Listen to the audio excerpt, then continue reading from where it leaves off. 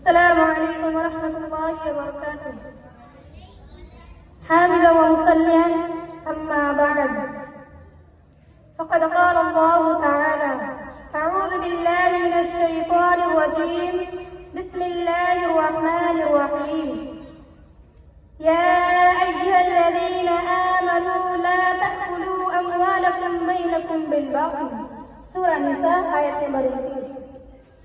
मंच पर विराजमान आदरणीय सभापति जी, मेरे प्रिय शिक्षकगण, हकम साहिबान एवं मेरे सामने बैठे साथियों, मैं आज की इस पवित्र सभा में दहेज प्रथा एक अभिशाप के विषय पर कुछ बोलना चाहती हूँ। उम्मीद है कि आप ध्यान पूर्वक सुनेंगे।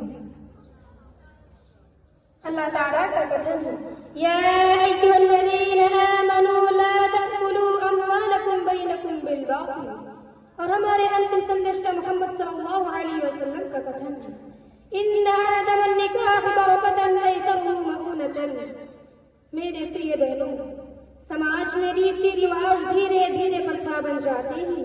समाज में किसी सम्राट और द्वारा अपनाई गई कोई भी रीति रिवाज बनकर परंपरा के द्वारा प्रथा का रूप धारण कर लेती है तथा अन्य लोग भी उन प्रथाओं को उसी रूप में अपनाने लगते हैं। परंतु कभी कभी कुछ प्रथाओं में विकार पैदा होने लगते हैं तो बाद में समाज के लिए अभिशाप बनकर रह जाते हैं।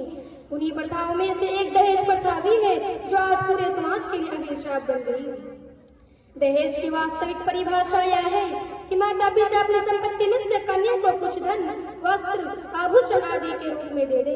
दहेज प्राचीन समय में वरदान थी, परंतु समय के साथ साथ यह स्थिति उलट गई। वही दहेज जो पहले वरदान थी अभिशाप बन गई।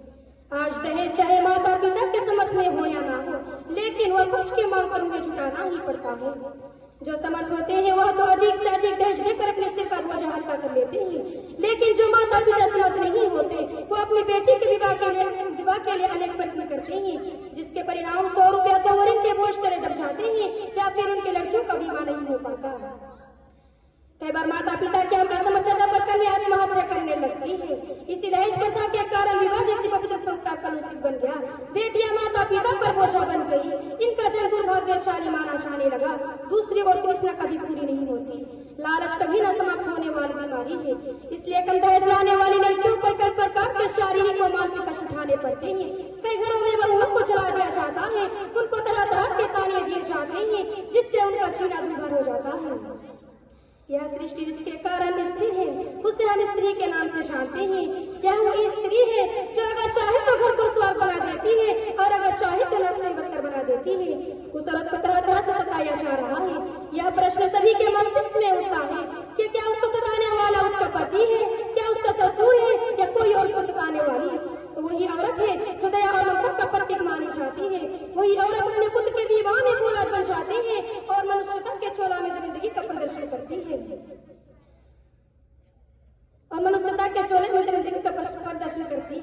बेटे के घर में आते ही घर वालों की प्रसन्नता का कोई ठिकाना नहीं रहता। सब लोग अत्यधिक प्रसन्न होते हैं। उसकी माँ बड़े अगस्त से कहती है कि मेरे घर तो खजाने की शादी आई है। बेटे के बड़े होते ही उसकी माँ गली गली की खाक छानती है। अंत में शांत की बहू ले आती है। बहू के घर में आते ही उसकी दृष्टि बहू पर कम और विलासिता की वस्तु अधिक होती है। अगर दहेज में फ्रिज है, कूलर है, वॉशिंग मशीन और सोफा और बेड है तब तो उनकी भाषा खुल जाती है, वो हमारे प्रसन्नता के फूले नहीं समाती। और अगर दहेज कम होती है तो पहले ही दिन से अपने बहू को ताने देना आरंभ कर लेती है और कहती है कि तेरे कंगाल माँ बाप ने तुझे क्या दिया। मैंने अपने बेटे का रिश्ता किस भिखारी के यहाँ तय कर लिया। क्या मैं इसी दिन के लिए अपने बेटे को पढ़ा लिखा कर बड़ा किया था। और फिर उसको तरह के ताने देने शुरू कर देती है और अपमानित करने लगती है और नागिन के समान बल खाने लगती है। ऐसा करते समय उसका अंतरात्मा भावना बिल्कुल समाप्त हो जाती है कि वह भी कभी इसी तरह इस घर में बहू बनकर आई थी।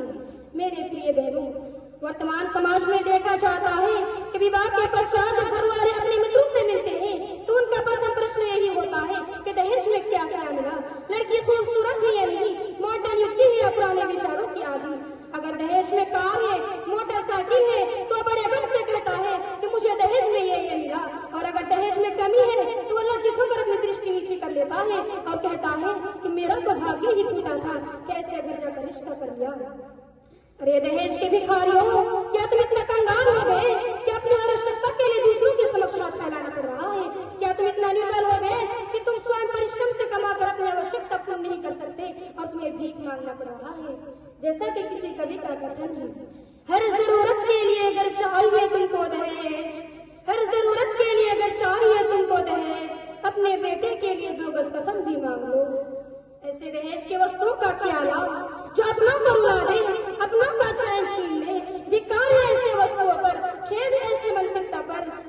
प्रतीत होता है जैसे कि मनुष्यता कहीं खोकर रह गई।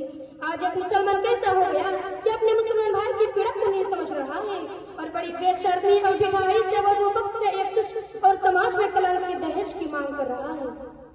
अब मैं अंत में सबसे निवेदन करती हूँ कि आप एक तुच्छ कार्य में शामिल ना हो, न खुद दहेज ले और न दूसरों को लेने दे और रसूल सल्लल्लाहु अलैहि वसल्लम के सुन्नत के अनुरूप विवाह करें और दहेज लेने और देने वालों को संविधान के अनुसार दंडित करवाएं।